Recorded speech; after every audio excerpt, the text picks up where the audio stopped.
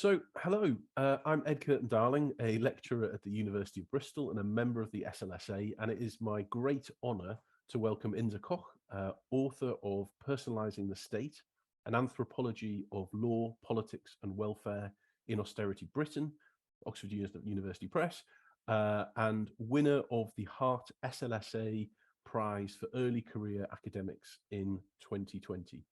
I'm a huge fan of this book, Insa. It's such a fascinating engagement with governance and the welfare state and the state itself and citizenship and democracy, and really kind of identifying and pulling at paradoxes and drawing on really fascinating ethnographic research. And also it's beautifully written and a very worthy winner of the prize. So I'm sorry for doing the embarrassing kind of thing at the start by saying what a wonderful book I think it is. As an early career scholar in particular, I think there will be postgraduate and early career researchers particularly interested in your experiences, but also the wider socio-legal community, I'm sure will be interested. So we've got a series of questions to ask you, and just to say thank you again for taking part in this, and also sorry that it's taken us so long to get to this. As we were talking about beforehand, we've both been, lots has been going on, including a global pandemic. Anyway, so and I should say actually that Insa recorded a really fascinating, took part in a really fascinating program with Laurie Taylor on Laurie's program Thinking Aloud on Radio 4. And so we're going to try not to cover some of the same material that is in that program. But if you search for Insa's name and look at Thinking Aloud, you'll find that really engaging program. So encourage people to look at that. So let's get into the questions. So can you tell us what you see as the main themes in your book and how you came about writing it?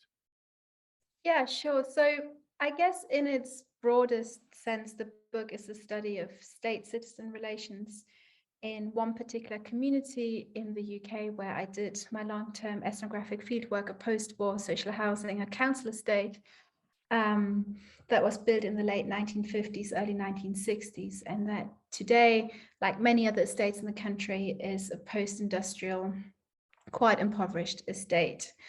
So I said the book in its broadest sense is a study of state-citizen relations. I guess it's a study of state-citizen relations at a particular moment in time. So when I was starting to do my research on this, when I moved to the estate to do field work, that was a time when commentators in the news, in the scholarly community, elsewhere, we're talking about Britain being in a state of crisis. And I guess that hasn't changed. If anything, it's gotten worse. But there were many signs of the country being in a deep crisis. Concerning, for example, its ever more punitive shift to law and order policies that, according to many people, indicate a sort of illiberal or punitive turn in British democracy. This was also just before, when I started my fieldwork, that was just a couple of years before the introduction of austerity politics, the cuts to the welfare state, the really significant changes to the benefit and welfare system that this would introduce. And of course, only about 4 or 5 years before the Brexit, the EU referendum, the vote on leaving the EU, which, as we all know, has had really fundamental consequences and implications in the country. So it really was a time of crisis, I guess, when I was starting my research, with many commentators and many people in the news and politics, in the scholarly community, but also activists being very unhappy with how things were going in the country. And I was particularly interested to do an ethnographic study of how this crisis felt, what it felt like to people who are most affected by it. So moving away from the dominant narratives that were going around in the news, and also against certain strands of scholarship that had tended either implicitly or explicitly place blame with citizens, often seeing them as the problem, often blaming them for being punitive, for being illiberal, for being anti-democratic. I was interested to actually understand what democracy, what Britain looks like from the point of view of people who have been marginalized by society and the system.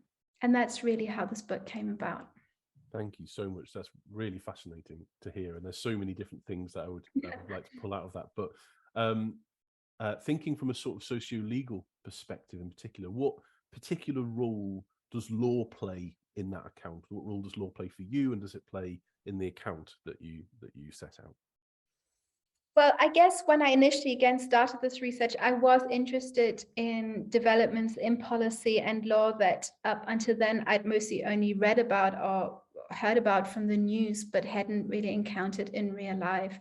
So I mentioned earlier the sort of punitive drift in policies, the shift to law and order policing, which obviously was a big theme under New Labour, but it was carried forward by successive governments as well. And those to me were deeply concerning political developments, projects in quite openly authoritarian modes of statecraft making that to me were very concerning. And so I guess law was at the heart of this project. I was interested to understand what law looked like from the point of view of people who tend to be at its receiving end, who tend to be penalized by that legal system, by the criminal justice system. But I was also, I guess, as a socio-legal scholar, interested in what this law looks like, not just in books, but in action. I guess that's, a very common way of putting it. I really wanted to understand what policies look like from the bottom up through lived experience. And going to the estate, living there, spending a lot of time with families who have been really discriminated and disadvantaged by the system or by what we might want to call law, the legal system, was an eye-opening experience, because amongst the many things that it showed me, one thing that became very clear to me from early on was that my own understanding of what constituted law had been very limited. So I'd gone into it looking at the criminal justice system, at reforms in policing, law and order stuff, and I soon, when I arrived, realized that actually law was much more complex, and that the criminal justice system was only one small aspect of a whole array of extremely coercive experiences that people were subjected to with respect to the state.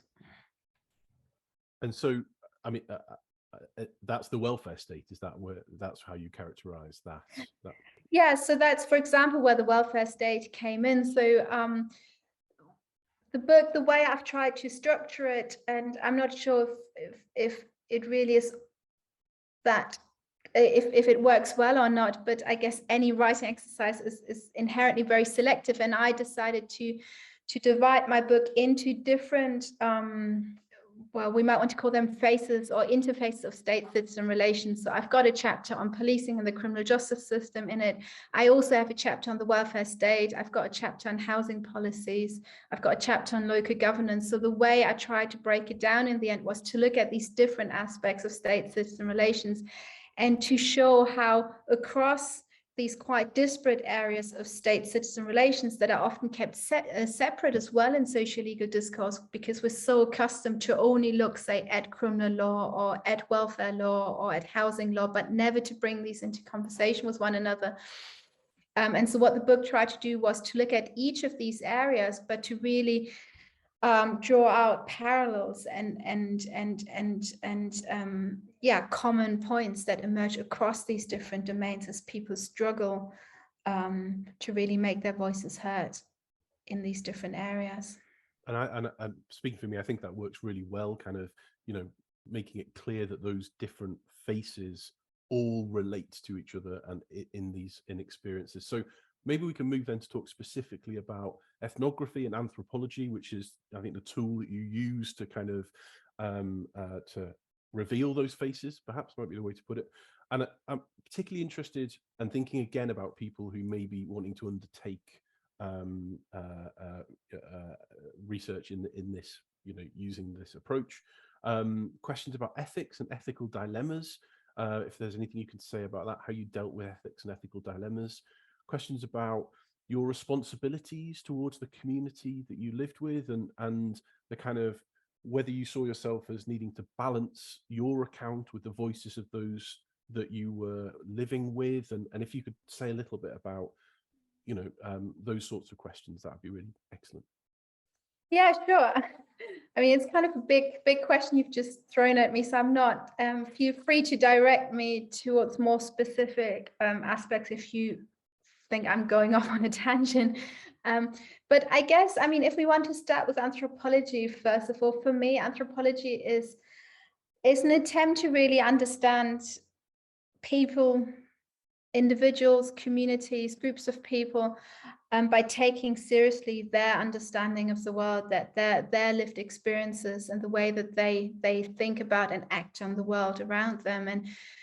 And anthropology is the discipline I'm trained in. So my first degree was in law, and anthropology was a joint degree. And I was always interested in how, you know, what in the kind of legal part of my education was always kind of presented in terms of abstract rules and doctrine and reasoning and judgments, you know, what that actually looked like from the point of view of lived experience. And that's, for me, what anthropology could do and can do.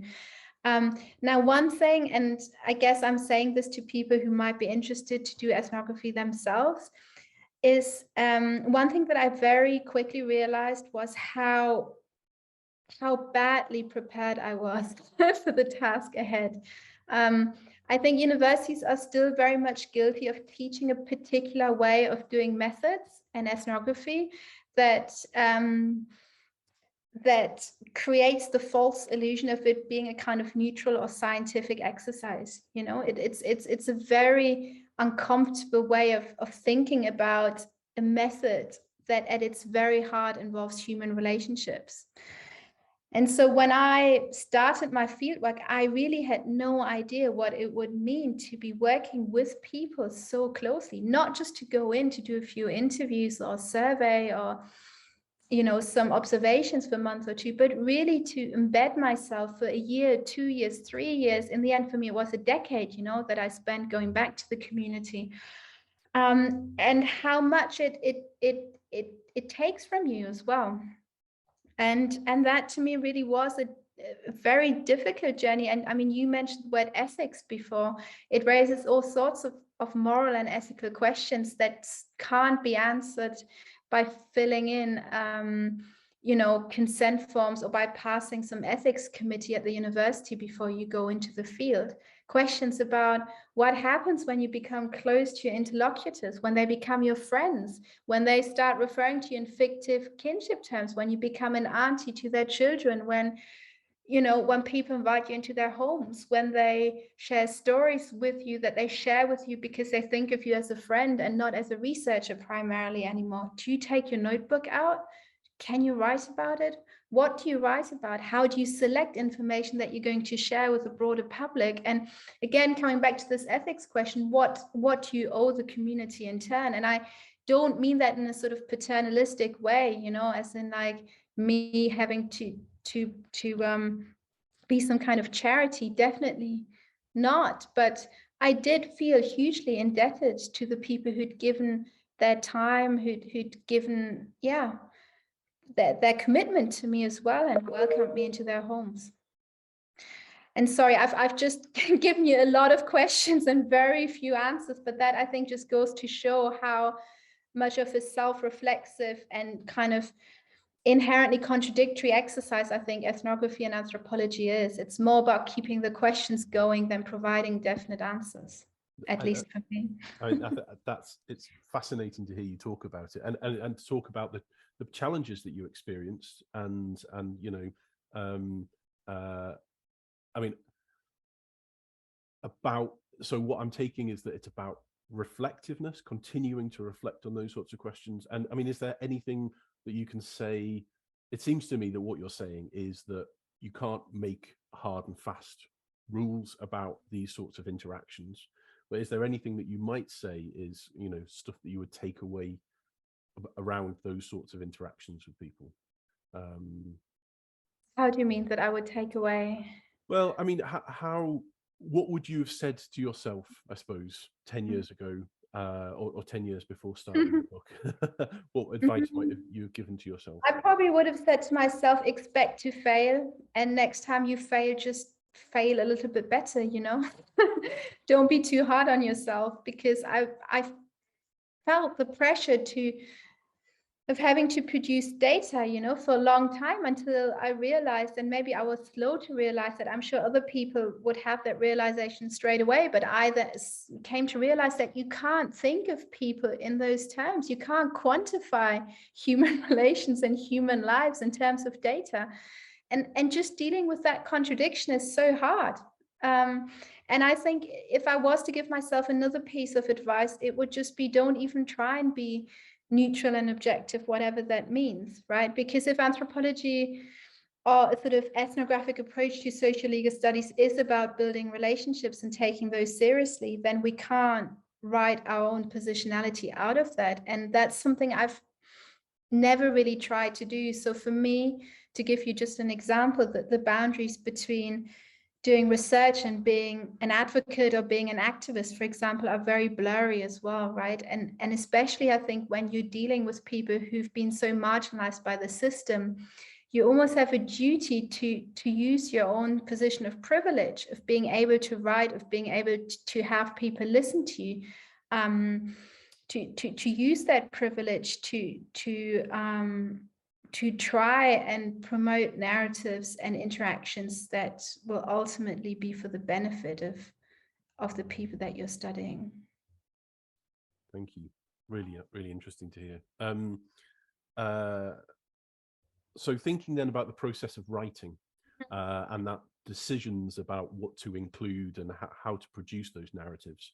Obviously, it's a very personal exercise, writing, and different people have different approaches. But I wonder if you could tell us a little bit about your writing practice and whether you have any tips for others. It's obviously a real challenge, particularly for PGR students often want to think about, advice in terms of writing. Yeah. If there's anything you can say about that? Yeah, of course. I mean, again, I would probably say what I said earlier in relation to fieldwork, which is to try not to put too much pressure on on yourself for when it comes to writing and publishing. And I know that that kind of sounds ironic, because unfortunately we live in an academic climate where publishing is overrated, where in order to get a job we need to constantly be production machines, and we need to meet requirements of the ref and whatnot. So I appreciate that this is perhaps me saying it from a position of privilege, but just talking about my own experience again, I didn't publish my book straight out of the PhD. I think it took me about 4 or 5 years until I felt ready to actually revisit the PhD. I'd gone back to the field site many times since then. So there was, again, data, speaking of that awkward word, that I wanted to put in, but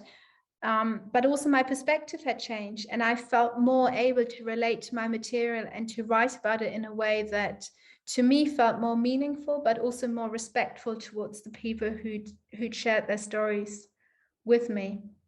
And I remember when I was writing my PhD, I really struggled with lots of questions, but one of them being, how do you avoid things like poverty porn? How do you avoid exoticizing the people you're writing with? I was an outsider to the community. I didn't grow up in Britain. I was 21 or 22 when I first went to the estate. I was an outsider in many, many ways. And it would have been, I think, easy for me to exoticize what I was seeing. And I think that's something that anthropology has long been guilty of, the sort of colonial burden that it carries when it goes to faraway places.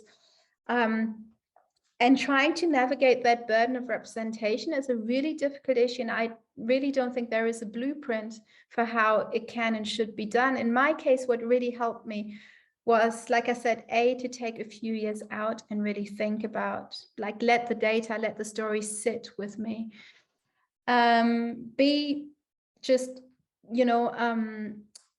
making sure that I don't lose those relations that I'd formed in the field, taking my data, taking my stories back to the women I was working with, reading them out to them, giving them drafts, or just talking them through some of my own ideas.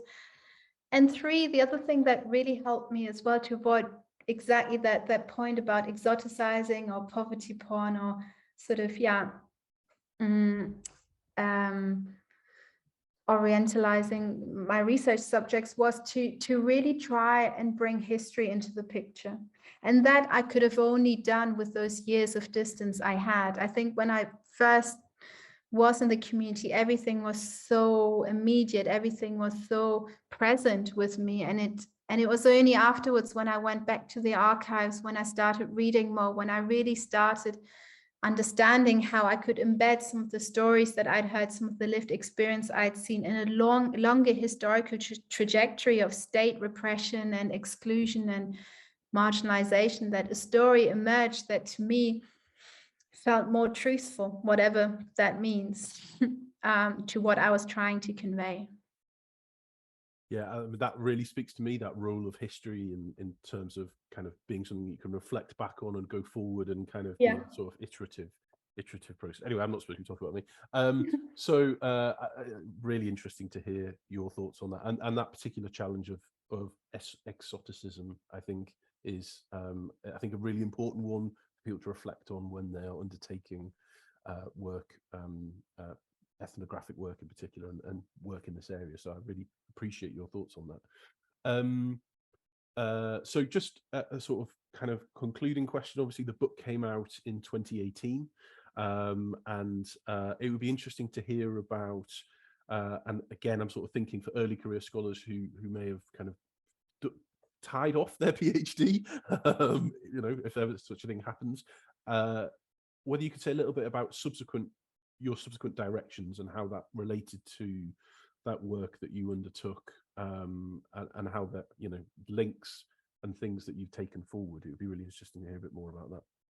Sure, yeah, I'm very happy to talk about my new project. Maybe just to preface it, or as a caveat, again, I don't really have a blueprint answer for how one moves on to the next research project, but perhaps what helps is just to say that so often these are just processes of trial and error, and also just of luck or coincidence. So I'm now writing my second monograph, and it's about the rediscovery of the British state of slavery in the form of modern slavery in relation to domestic citizens, in particular what the government has now come to call county lines, so drugs traffickers, or domestic drugs traffickers who typically take Class A drugs from the larger cities to smaller places. And that is obviously a hot topic in the news and in government at the moment, but that's not what got me interested in it. Instead, the way I got to do this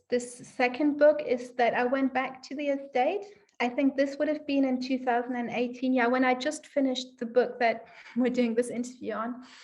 I'd gone back initially to do a piece of research about the impact of universal credit. So something completely different, how people were experiencing life on the new benefit system at a time when austerity politics had really come to have a deeply corrosive impact on their lives and their communities. And while I was back on the estate, and I was spending a lot of time with the mothers and the families I had come to know by then for over a decade, I guess. Well, yeah, just for just a decade, yeah, 10 years. I noticed that that some of the teenage men in these families who were involved in low-level drug dealing were no longer treated by the police as kids to be criminalized, to be locked up, but as victims, and even more so as what the government called modern slaves. And to me, that was a real shift in language that I just couldn't make sense of. I was like, what the hell is going on? How is it that the government is speaking about this demographic of people who for decades have been penalized, racialized, criminalized, literally for who they are, as victims and even as slaves? And how can we understand this weird, to me at least, this weird emergence of the term slavery in Britain today against the backdrop of the British state's completely unacknowledged history of its own imperial past and the kind of afterlives of transatlantic slavery that are ongoing? And to me, that was just, I guess, what you would call an ethnographic puzzle. It was something that was happening, unfolding right in front of my eyes, and I didn't understand what was going on.